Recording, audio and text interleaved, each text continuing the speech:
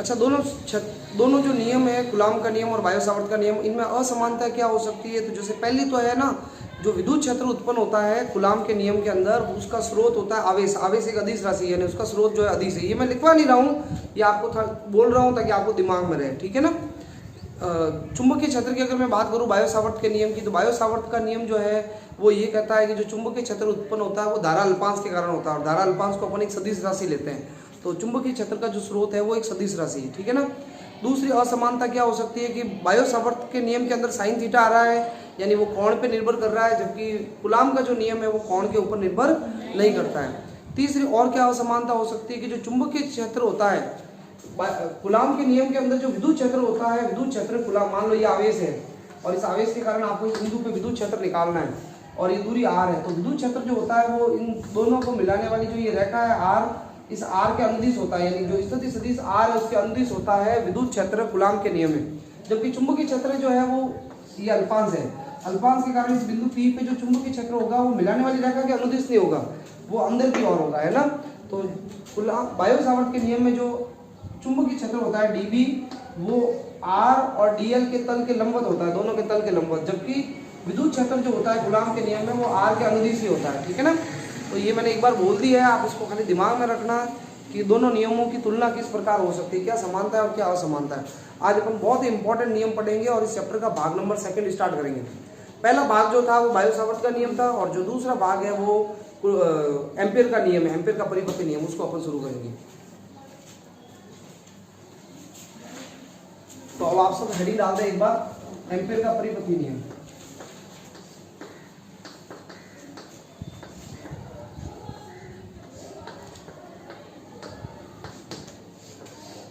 इसको इंग्लिश में बोलते हैं एम्पियर्स सर्क्यूटल लॉ। देखो, एम्पियर सर्क्यूटल लॉ है, सर्किट के ऊपर लगता है, परिपथ के ऊपर लगता है, इसलिए अपन इसको शॉर्ट में ACL बोलेंगे। जैसे बायो-सावर्त के नियम को अपन BSL बोल रहे थे, तो इसको अपन ACL बोलेंगे। तो इस नियम को अपन शुरू लिख रहे हैं, फिर एक बार मैं एक छोटी सी चीज के बारे में बता देता हूँ। देखो, मैं पहले एक छोटी सी चीज के बारे में बता देता हूँ, आप नोट डाल देना, फिर साइड में उसको लिख लेना। एक शब्द आएगा आपके लिए, चुंबकीय क्षेत्र का रेखा समाकलन। क्या आएगा? चुंबकीय क्षेत्र का रेखा समाकलन या रेखा समाकलन। जैसे चुंबकीय क्षेत्र है B और ये कोई पथ है, आपको P से Q तक जाना है, P से Q तक एक पथ है, ये पथ है, इस बार कोई तार नहीं जिसमें धारा प्रवाहित हो रही है, ठीक है। धारा कहीं और प्रवाहित हो रही है, चुंबकीय क्षेत्र भी कहीं और से आ रहा है। बायो-सावर्त का जो नियम आपने काम में लिया था, उसमें जहां पर हम अल्पांश dl लेते थे, dl, वो dl वहीं पर लेते थे बायो-सावर्त के नियम में जहां पे धारा प्रवाहित हो रही थी धारा। इस बार हम dl जहां पे लेंगे वहां धारा प्रवाहित नहीं होगी, ये खाली पथ होगा। क्या होगा? पथ है, एक रास्ता है। हमने कोई रास्ते का चयन किया है, हमने एक पथ का चयन किया है, और उस पथ के अनुदिश P से लगा के कहां तक जा रहे हैं हम? Q तक जा रहे हैं। तो ये पथ है, इस पथ की छोटी सी लंबाई है dl, और इस पथ के अनुदिश आप जब जाओगे तो चुंबकीय क्षेत्र में परिवर्तन मिलेगा आपको, या चुंबकीय क्षेत्र मिलेगा।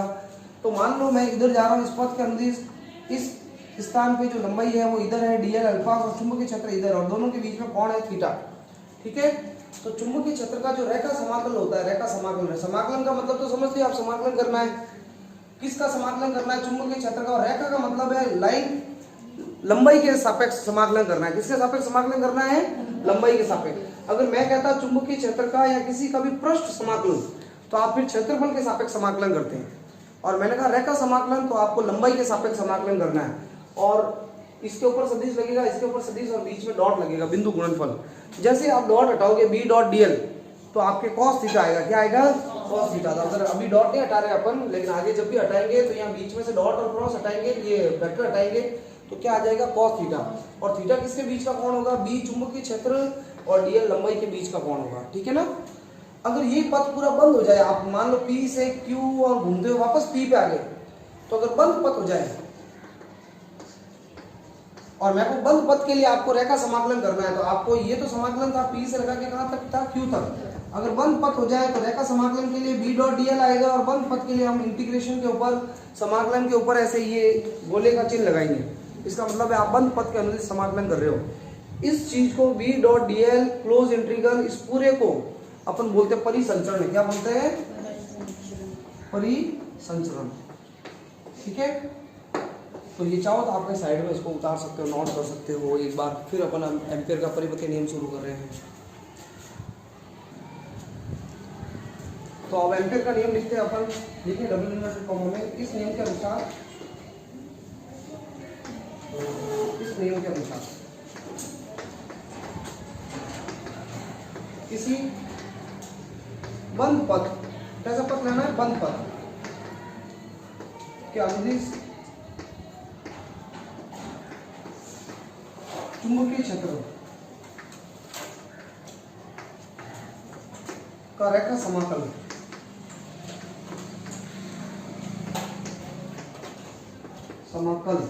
और बंद पथ के अनुदिश चुंबकीय क्षेत्र का जो रेखा समाकल होता है उसको हम परिसंचरण कहते हैं।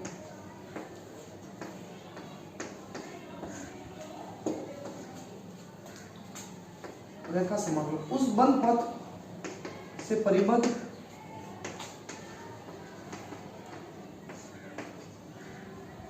विद्युत धाराओं के बीच गणितीय योग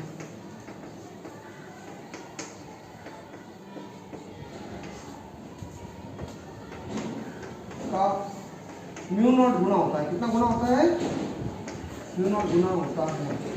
ठीक है, निर्वात में पढ़ा है कोई बंद पथ, तो उस पर अभी पहले आप एक बार ये नोट कर लो, फिर इसको एक्सप्लेन करते हैं। देखो ये क्या कह रहा है, चुंबकीय क्षेत्र का रेखा समाकल होता है v डॉट dl, और बंद पथ के लिए है तो क्लोज इंटीग्रल लग जाएगा। ये जो रेखा समाकल है, जैसे ये कोई बंद पथ है, ये चित्र में थोड़ा सा हटा देता हूँ। जैसे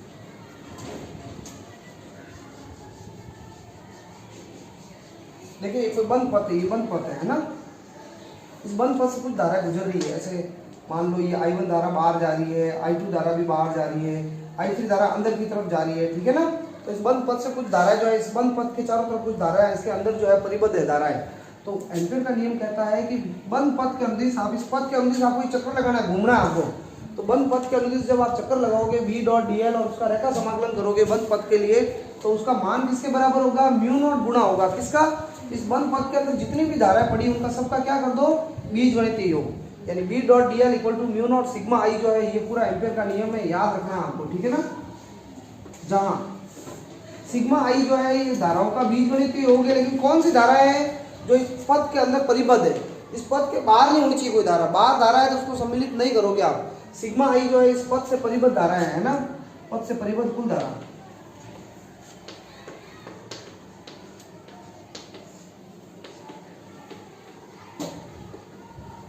धाराओं का बीजगणितीय योग है। और कैसे करोगे बीजगणितीय योग, जैसे जो बाहर जा रही है धारा है उनको तो लोगे आप प्लस, और जो अंदर जा रही धारा उसको लोगे माइनस, है ना, जो जितनी भी धारा है उनको जोड़ते रहो आप। तो ये एम्पियर का नियम है, ये नोट कर लेना, बहुत इंपॉर्टेंट नियम है, आपको इसको याद रखना है। अभी अपन सिद्ध करेंगे। तो नोट में एक चीज बता देता हूँ, हालांकि इसकी उपयोगिता नहीं है, फिर भी अपन इसको देख लेते हैं। V जो होता है वो अगले चैप्टर में पढ़ोगे आप, म्यू नॉट H होता है। H जो है चुंबकन क्षेत्र कहते हैं H को, है ना, आगे पढ़ेंगे आप। तो बताओ एम्पियर का नियम क्या हो जाएगा भाई, v डॉट dl बराबर म्यू नॉट सिग्मा i, और b की जगह आप क्या लिख लोगे आप, म्यू नॉट h, और वेक्टर लगा दो h के ऊपर।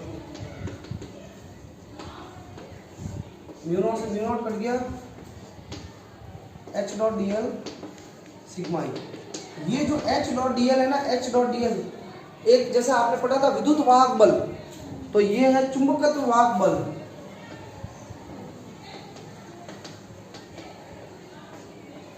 और इसका मात्रक किसके बराबर होगा, सिग्मा आई आ रहा है, इसका मतलब इसका मात्रक जो होगा वो एम्पियर होगा। क्या होगा, एम्पियर। एम्पियर मतलब धारा के बराबर इसका मात्रक होगा। चुंबकत्व वाहक बल कहते हैं इसको, h डॉट dl को।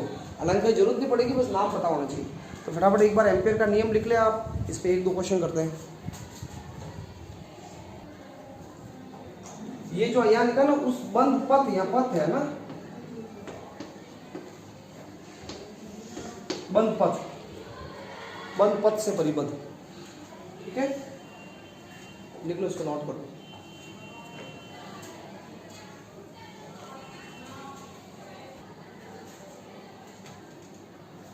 अब इसको रफ कर लेते एक बार, हटा देते हैं।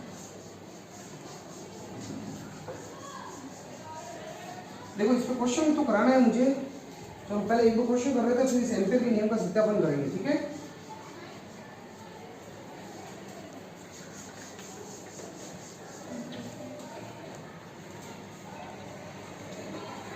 निम्न प्रश्नों के लिए V डॉट dl का मान ज्ञात करें।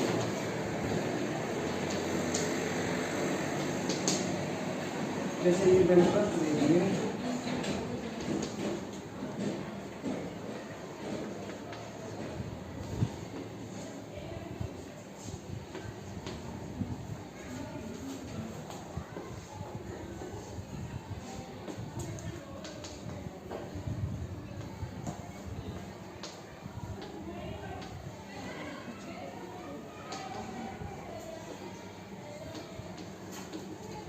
ये दो चित्र दिए, फर्स्ट और ये सेकंड, ठीक है। या मैं थोड़ा इस क्वेश्चन को पूरा लिखा नहीं, वैसे शॉर्ट ही लिखा मैंने। ये जो क्रॉस का चिन्ह है वो बता रहा है धारा को, धारा कहाँ जा रही है, अंदर। क्रॉस का मतलब धारा, वैसे अपन क्रॉस और डॉट से अपन चुंबकीय क्षेत्र को प्रदर्शित करेंगे। क्रॉस का मतलब चुंबकीय क्षेत्र अंदर जाएगा, डॉट का मतलब है बाहर आएगा। लेकिन कोई जरूरी नहीं आप हर बार चुंबकीय क्षेत्र के लिए ये क्रॉस और डॉट का संकेत प्रयोग करो, आप विद्युत धारा के लिए भी कर सकते हो। और यहाँ पे इस प्रश्न में धारा के लिए क्या है, क्रॉस चिन्ह बता रहा है धारा जो है वो अंदर जा रही है, स्पष्ट के कहाँ जा रही है, अंदर, तल के लंबवत। और डॉट का मतलब है कि जो धारा है वो बाहर आ रही है। चलो पहले मैं इस पहले वाले को करता हूँ। सबसे पहले B डॉट dl का मान निकालना, ACL आपको एम्पीयर का नियम लगाना है। तो B डॉट dl बराबर क्या होता है, म्यू नॉट सिग्मा ई। इसका B डॉट dl निकालना है ये पूरा। तो B डॉट dl किसके बराबर होगा, म्यू नॉट सिग्मा ई। तो म्यू नॉट सिग्मा ई भाई धाराओं का योग करो। देखो अंदर जाने वाली धारा को नेगेटिव लेना है और बाहर आने वाली धारा को क्या लेना है आपको, प्लस। वैसे आप चाहो तो उल्टा भी कर सकते हो, अंदर जाने वाली धारा को आप चाहो तो प्लस ले लो, इसको माइनस ले लो, चिन्ह आपके हिसाब से आप डिसाइड कर सकते हो। तो अभी मैं अंदर जाने वाली धारा, क्रॉस का मतलब धारा अंदर जा रही थी, इसको मैं माइनस ले रहा हूँ, माइनस का 2i।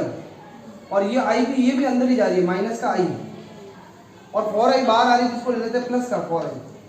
तो भाई माइनस का 2i और माइनस का i, माइनस के 3i, 3 में से 4 गति कितना रह गया, 1i। तो म्यू नॉट i उत्तर आ गया इसका, ठीक है। अब दूसरा सवाल देख लो आप, म्यू नॉट सिग्मा ई निकालो भाई। म्यू नॉट सिग्मा ई धाराओं का योग करो सबका। जो बाहर आ रही है धारा इसको तो ले लेते हैं प्लस का, और ये अंदर जा रही है आई माइनस की, और 2i भी अंदर जा रही है माइनस की 2i। और ये तो बाहर है, इसको तो लेनी नहीं, ये तो धारा स्पष्ट से बाहर है। अरे ये तो बाहर है ना, इसलिए इसको चिन्ह को तो प्रयोग ही नहीं करना है, इसको तो हटा दो आपको, बस अंदर वाली धारा लेनी है तुमको। तो ये i और i माइनस के 3i प्लस के 3i से कट गई, तो यहाँ उत्तर क्या आ गया, 0 आ गया। आप लिखे इसको, फिर अब अपन एम्पीयर के नियम का सत्यापन करते हैं, ठीक है। समझ गए, म्यू नॉट का मान आपको नहीं रखना है यहाँ पे 4 पाई × 10 की घात -7, ये तब रखा जाता है मान जब आपको न्यूमेरिकल कर रहे हो और ये आई और इनके मान आंकड़ों में दिए जाए, जैसे 2 एम्पीयर 3 एम्पीयर, तब आप ये म्यू नॉट और सबके मान रखोगे, अन्यथा आपको ऐसे ही छोड़ना है, ठीक है ना। ये अब मैं इसको रख कर देता हूँ। अब अपन एम्पीयर के नियम का सत्यापन करेंगे। तो हेडिंग डाल दो, एम्पीयर के नियम का सत्यापन।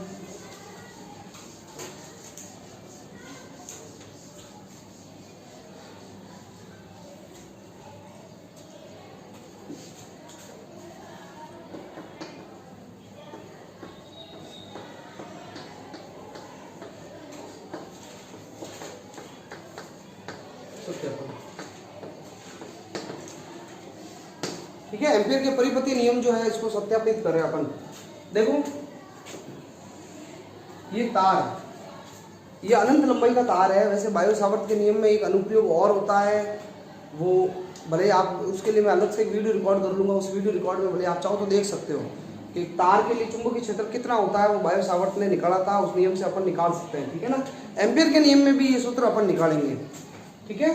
तो ये अनंत लंबाई का एक तार है, इस तार से r दूरी के ऊपर यहाँ पर बिंदु P है, और r दूरी के ऊपर जो है मैं यहाँ पर एक इसके चारों और जो है r त्रिज्या का एक वर्ताकार पथ बना रहा हूँ। क्योंकि एम्पीयर का नियम अगर लगाना है तो जो भी धारा है उसको पहले परिबद्ध करना पड़ेगा। जैसे हमने गाउस का नियम पढ़ा था पहले चैप्टर के अंदर, वहाँ पे जितना भी आवेश होता था उसको परिबद्ध करने के लिए अपन एक काल्पनिक गाउसी पृष्ठ बनाते थे, याद है आपको। वैसे वैसे इस तार को पैक करने के लिए पथ बनाना पड़ेगा। वहाँ पे पृष्ठ बनाते थे, यहाँ पथ बना रहे हैं। पृष्ठ और पथ में अंतर यह है, पृष्ठ का होता है क्षेत्रफल और पथ की होती है लंबाई। वहां पर आपको याद होगा गाउस का नियम था E dot ds, equal to sigma q upon epsilon nought. तो सेम वो गाउस का नियम की तरह एम्पियर का नियम है। वहाँ ई आ रहा था विद्युत क्षेत्र या चुंबकीय क्षेत्र बी आ रहा है, वहाँ ds क्षेत्रफल था पृष्ठ का, यहाँ लंबाई आएगी dl। वहाँ सिग्मा क्यू आवेश आ रहा था, और आवेश की वजह से चुंबकीय क्षेत्र नहीं होता है, गतिशील आवेश की वजह से चुंबकीय क्षेत्र होता है, और आवेश जब गति करता है तो वो धारा में बदल जाता है। तो सिग्मा क्यू की जगह क्या आया, सिग्मा आई। और जितने भी चुंबक विद्युत क्षेत्र के सूत्र है उनको अगर आप चुंबकीय क्षेत्र में प्रयोग में लोगे आप, तो जहां पर विद्युत क्षेत्र के सूत्रों में एप्सिलॉन नॉट आ रहा है, चुंबकीय क्षेत्र में म्यू नॉट आएगा और उल्टा आएगा। यानी इसमें अपॉन में है तो इसको अगर आप चुंबकीय क्षेत्र के सूत्र में बदलोगे, बहुत जोर बोले देखिए, तो ये जो एप्सिलॉन नॉट आता है ना, इसमें म्यू नॉट आएगा उल्टा आएगा। जैसे इसमें अपॉन में आ रहा है तो यहाँ क्या आएगा, ऊपर आएगा। अगर किसी सूत्र के अंदर एप्सिलॉन नॉट ऊपर है, उसको चुंबकीय क्षेत्र में प्रयोग में लोगे तो म्यू नॉट नीचे आ जाएगा, है ना। ये ध्यान रखना, आपको विद्युत क्षेत्र के सूत्रों को चुंबकीय क्षेत्र में बदलना भी आना चाहिए, और हर चीज आपको लॉजिकली पता होनी चाहिए कैसे क्या आई है, ठीक है ना। तो ये देख लो, ये तो एम्पियर का नियम है, तो अपन इस नियम को सिद्ध करेंगे। तो डाउट है क्या किसी को इसमें? अब देखें, मैंने एक आर त्रिज्या के काल्पनिक वर्ताकार पृष्ठ की कल्पना कर दी, तार के अंदर जो धारा प्रवाहित हो रही है वो आई है। तो लिख लेते हैं, माना अनंत लंबाई, ज्यादा लैंग्वेज नहीं लिख रही, लैंग्वेज कम ही लिख रहे हैं अपन तो। अनंत लंबाई के सीधे चालक तार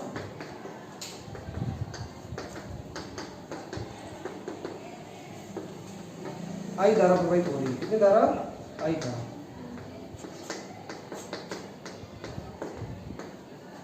चित्रानुसार हम आर त्रिज्या के वर्ताकार पृष्ठ की कल्पना करते हैं,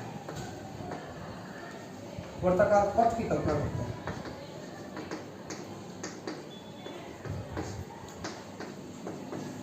ठीक है, अब लिखने में तो बहुत सारी चीजें लिख सकते हैं। हमने इसके ऊपर एक डीएल लंबाई अल्पांश की कल्पना की, पर इतनी चीजें अपन को नहीं लिखनी, मतलब नहीं, अननेसेसरी। देखो इसके ऊपर मैंने पथ लिया, ये पथ कैसे भाई कैसे बना हुआ है पता है आपको? देखो ये ऐसे नहीं है तार, और ये ऐसे नहीं है वर्ताकार पथ। ये वर्ताकार पथ मैंने ऐसे बनाया, क्या मतलब हुआ इसका कि ये ऐसे अंदर की तरफ है, चारों तरफ, समझ रहे हो। तार सीधा खड़ा है, तार तो बोर्ड के अंदर पड़ा है, बोर्ड के तल में है, और ये पथ जो है इसके चारों ओर ऐसे है, ऐसे ये पथ ऐसे खड़ा है, समझ रहे हो ना, ये ऐसे है। तो ये ऐसे है, मुझे एक बात बताओ, जैसे ये भाई तार जा रहा है, ये वर्ताकार पथ ऐसे इसके गोल गोल ऐसे, तो इस जगह पे मैंने डीएल लंबाई का अल्पांश दिया, तो अल्पांश की दिशा किधर होगी? डीएल लंबाई का अल्पांश हमेशा इसकी स्पर्श रेखा के अनुदिश होगा, तो अंदर होगा ना, ये ऊपर नहीं होगा, अंदर होगा। ये वर्ताकार पथ इसके चारों ओर ऐसे है ना, ऐसे, तो अंदर है। किसी भी पृष्ठ के ऊपर अगर डीएल लेना है, किसी भी पथ के किसी भी बिंदु पे अगर डीएल लेना है, तो डीएल स्पर्श रेखा के अनुदिश होगा।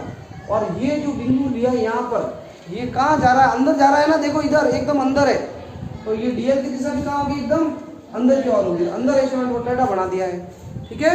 ये नहीं आएगा समझ में, ये ऐसे है, ऐसे। अगर आप यहाँ लोगे तो बाहर, इधर लोगे तो इधर, इधर लोगे तो इधर। मैंने यहाँ लिया तो यहाँ तो कहाँ होगा? अंदर, और जबकि तार ऐसे सीधा खड़ा है, ठीक है। ये डीएल एकदम अंदर की तरफ है, ये आर दूरी हो गई, केंद्र ओ नाम दे दो। अब एम्पियर के नियम का प्रयोग, एम्पियर का नियम सत्यापित करना है, तो अपन एलएचएस लेना भाई, एलएचएस लेते हैं। लिखा भाई आर त्रिज्या के वर्ताकार पथ की कल्पना करते हैं। अब हम क्या करते हैं, एम्पियर का नियम प्रयोग में लेना है, तो एलएचएस लेते हैं अपन। एलएचएस क्या है आपको पता है? बी डॉट डीएल, एम्पियर का नियम लिखा था ना अभी, एम्पियर का नियम B dot DL equal to mu not sigma I. तो अभी हम एलएचएस ले रहे हैं अपना, आप ये आरएचएस के अंदर आ जाएगा। अच्छा, इससे पहले एक चीज और, एक सेकंड, पहला सबसे पहला मेन स्टेप कि इस अनंत लंबाई का तार है, इस तार के कारण चुंबकीय क्षेत्र कितना होता है, ठीक है ना। तार से आर दूरी पर चुंबकीय क्षेत्र से लंब दूरी आर,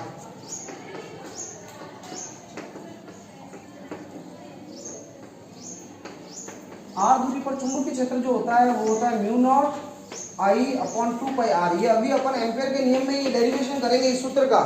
एक तार के कारण चुंबकीय क्षेत्र होता है mu nought I 2 pi r, और एक वर्ताकार कुंडली के केंद्र पे चुंबकीय क्षेत्र होगा म्यू नॉट आई 2 आर, पाई नहीं आता इसमें, ठीक है। अब स्टेप नंबर सेकंड, चुंबकीय क्षेत्र का रेखा समाकलन लेते हैं, बी डॉट डीएल, डॉट हटाओगे तो cos थीटा आएगा, और cos थीटा कितना आएगा? 0। क्यों आएगा भाई? क्योंकि देखो इस तार को हाथ से पकड़ो, तार को अगर आप हाथ से पकड़ोगे तो मेरी उंगलियां जो है कहाँ जा रही है? मेरी उंगलियां कहाँ जा रही है, देखो यहाँ इधर तार को मैं अगर हाथ से पकड़ता हूँ मेरी उंगलियां अंदर जा रही है ना अंदर। अरे भाई इस तार को हाथ से पकड़ना और बिंदु पी इस साइड में आप देखो मेरे हाथ की उंगलियां अंदर जा रही है। मैंने हाथ से पकड़ा, इधर से तो मेरी उंगलियां बाहर आ रही है और घूम करके वापस इधर से क्या हो रही है, अंदर जा रही है। और पॉइंट पी इस जगह पे इधर चुंबकीय क्षेत्र अंदर होगा। ये समझ में आना जरूरी है, नहीं तो इस चैप्टर में इससे आगे आने वाले अगले चैप्टर के अंदर भी आप कंफ्यूज ही रहोगे कि चुंबकीय क्षेत्र कैसे। तो यार इतना बताया हुआ है कि आपको तार में धारा ऐसे जा रही है, चुंबकीय क्षेत्र ऐसे वर्ताकार घूमता है, वर्ताकार घूम रहा है, समझ लो ये वर्त या तो ऐसे घूमेगा या ऐसे घूमेगा। तो हमने दाएं हाथ का नियम पढ़ा है कि भाई चुंबकीय क्षेत्र जो होगा अंगूठा धारा के अनुदिश और ऐसे होगा। तो इधर की तरफ तो मेरी उंगली बाहर आ रही है और इधर क्या हो रही है, अंदर जा रही है। इधर चुंबकीय क्षेत्र होगा अंदर की तरफ, तो बी जो होगा वो कहाँ होगा, अंदर। और बी अंदर है, डीएल भी अंदर है, तो बी और डीएल दोनों एक ही दिशा में है ना, और एक दिशा में होने के कारण थीटा क्या हो गया, 0 डिग्री। और cos 0 का मान कितना होता है, 1।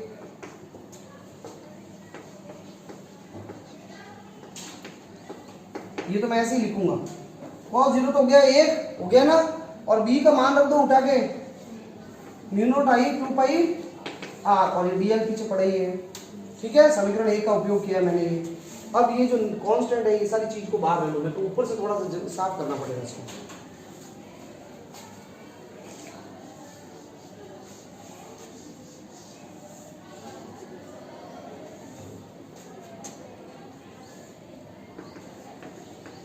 ये सामने वाली चीज को तो इसको तो ऐसे ही रखता है b डॉट dl। ये μ0I 2πr को बाहर ले लो भाई, और अंदर खाली कौन रह गया, dl। अब dl बार बार आएगा, dl का समाकलन करेंगे तो पूरी लंबाई आएगी, और जब भी वर्ग के ऊपर होगा तो वर्ग की पूरी लंबाई कितनी होती है, 2πr।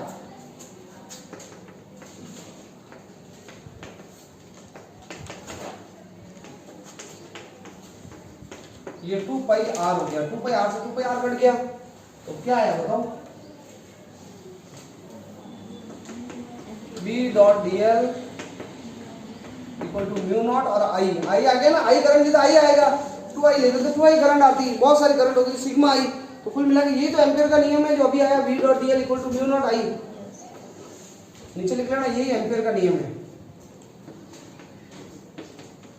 एम्पियर का परिपत्र नियम है।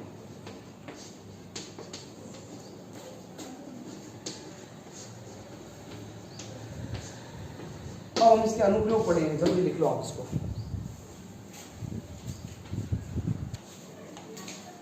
इसको हटा देते हैं, पूरे को रफ कर देते हैं।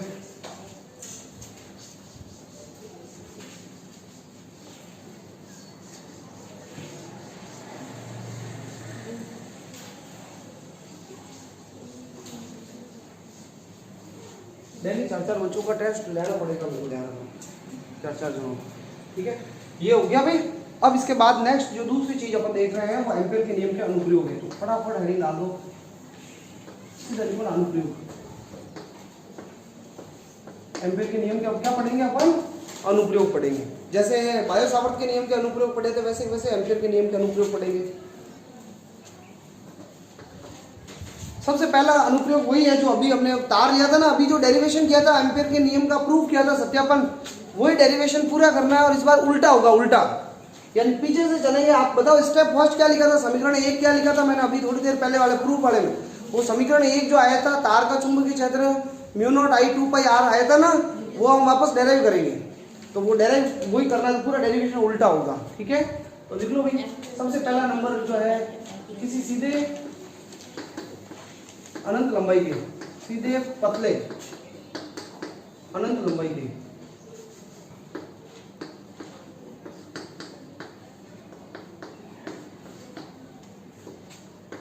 धारावाही चालक तार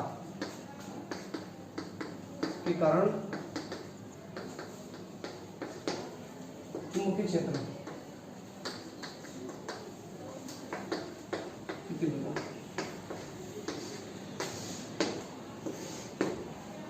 ठीक है। लैंग्वेज वापस वही लिखनी है, एक बार लिख लेते हैं लैंग्वेज फटाफट। माना हमें ये पूरा लिखना पड़ेगा, माना हमें अनंत लंबाई के, ये जो हेडिंग लिखा रहा हूँ वही अपने आप में क्वेश्चन होगा, ध्यान रखना। अनंत लंबाई के पतले सीधे चालक चालक धारावाही तार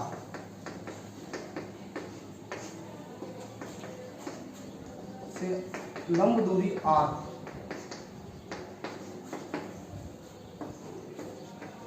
चुंबकीय क्षेत्र की तीव्रता ज्ञात करें। किसकी तीव्रता?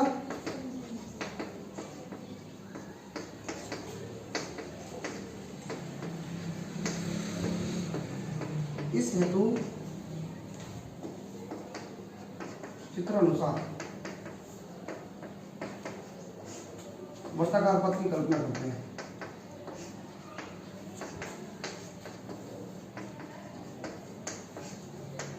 बस ज्यादा नहीं लिखनी, ठीक है? क्या है?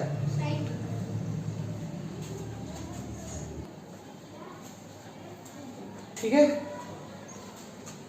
अब देखें, ये तो लैंग्वेज लिख लिया अपन ने। अब चित्र बनाना थोड़ी जगह की कमी है, ये आप जल्दी लिखो, फिर मेरे को थोड़ा रफ करना पड़ेगा। नोट कर लिया आपने? एक बार मैं पूरा बोर्ड साफ कर दूं भाई, इसके आगे अब आपको चित्र बना करके डेरिवेशन करना है।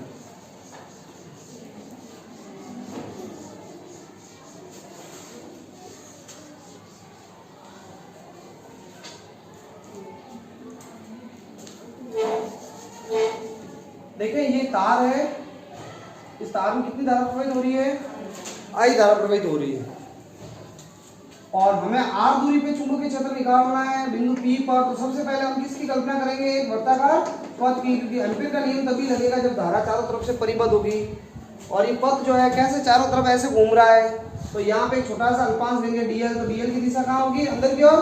और इसको तार को हाथ से पकड़ोगे, चुंबकीय क्षेत्र भी कहाँ होगा? अंदर की ओर होगा। समझ में आया? बायो सावर्त में जो dl लेते थे वो धारा के ऊपर, तार के ऊपर लेते थे, और इसमें dl अल्पांश तार पे नहीं लेते, हम एक काल्पनिक पथ बनाते हैं, उस पथ के ऊपर dl लेते हैं। ठीक है, तो ये छोटा सा एक पथ है। बताओ क्या है एम्पीयर का नियम? ACL, आप पूरा नाम लिखना है ना, एम्पीयर के परिपति नियम से या एम्पीयर के नियम से। क्या है एम्पीयर का नियम? B dot dl mu naught sigma I। Dot हटाओ भाई, वेक्टर हटाओ, B dl cos थीटा 0 आएगा, म्यू नॉट सिग्मा I, यानी इस पथ के अंदर कितनी धारा दिख रही है? इस पथ के अंदर I धारा, तो एक ही धारा I, तो यहाँ पे I आ जाएगा। ठीक है ना?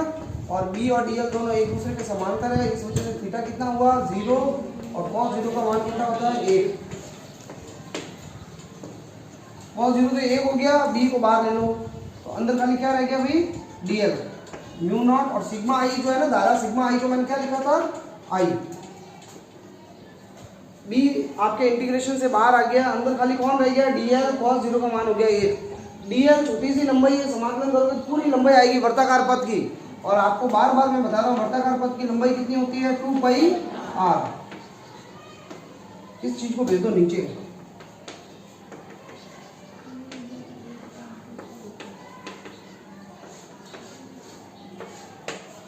ये आपके चुंबकीय क्षेत्र आया तार के कारण। सूत्र याद रहेगा भाई? समीकरण देखो, एम्पीयर के नियम को 1 नंबर दे दो और इसको समीकरण नंबर 2 दे दो। और यहाँ पे B जो है, यहाँ साइड में लिख लेता हूँ मैं, यहाँ B जो है वो R के व्युत्क्रमानुपाती है। B किसके व्युत्क्रमानुपाती है? R के। इसलिए B और R में ग्राफ जो है वो ऐसे अति परवलयाकार होगा, ये इस तरीके से गिरता हुआ ग्राफ, इसको टच नहीं करना कहीं पर भी, है ना? यहाँ पे तो 0 हो जाएगा, वैसे R 0 होगी, B 0 हो जाएगा, पर इधर टच मत करना। बढ़ा दो जल्दी ये ग्राफ।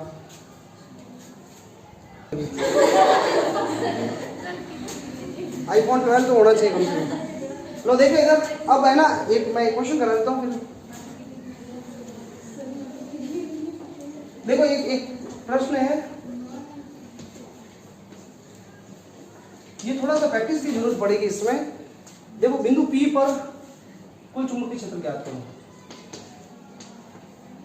दो बिंदु ले लेते हैं P व Q पर।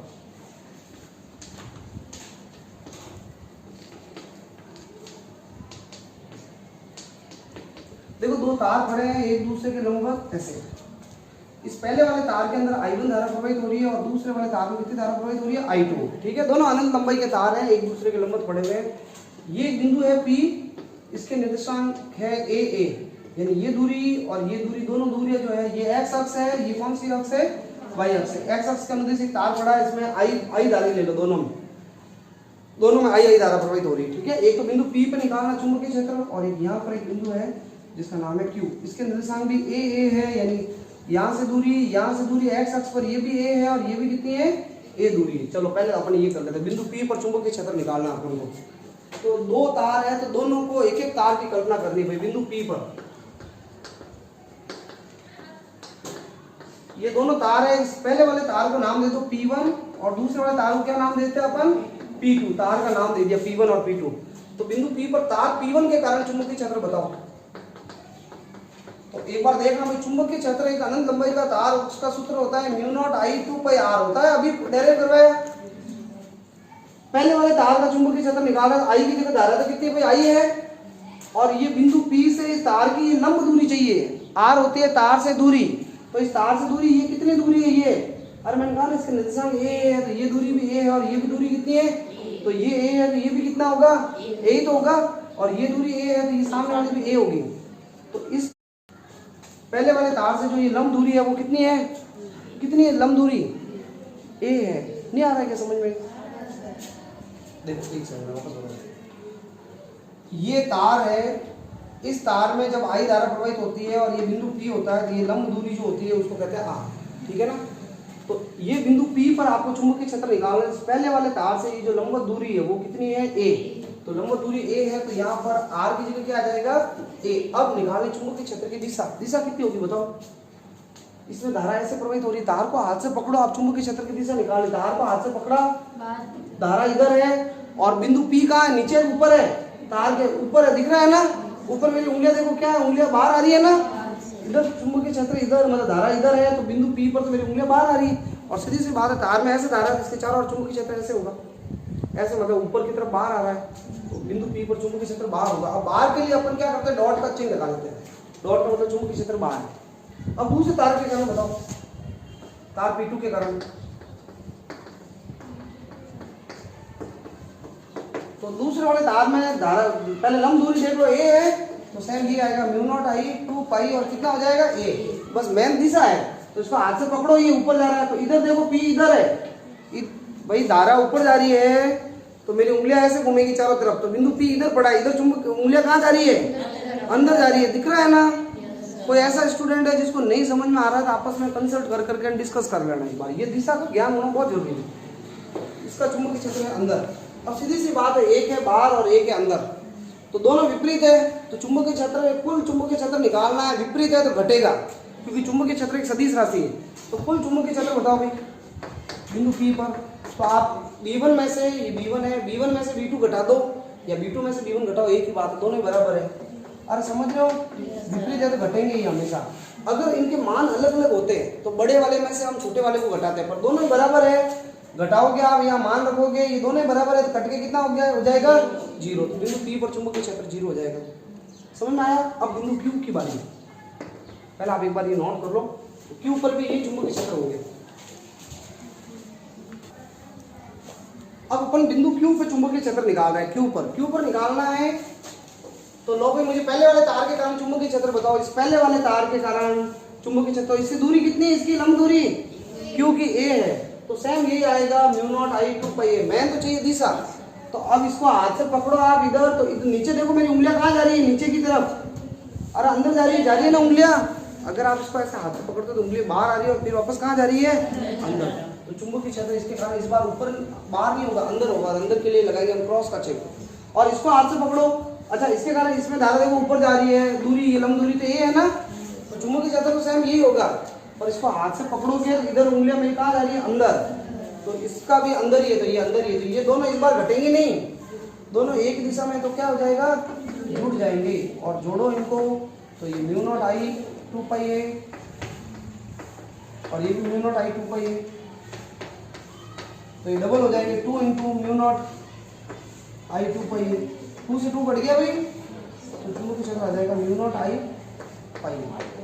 ठीक है, और दोनों क्रॉस है तो ऐड होंगे, जुड़ेंगे तब भी क्या रहेगा, क्रॉस, यानी परिणामी चुंबकीय क्षेत्र जो होगा वो तल के लंबवत अंदर की ओर होगा। Q पर कहाँ होगा, अंदर की ओर, ये क्रॉस का मतलब है अंदर की ओर। आप लिख लेना यहाँ पे तल के लंबवत अंदर की ओर है ना।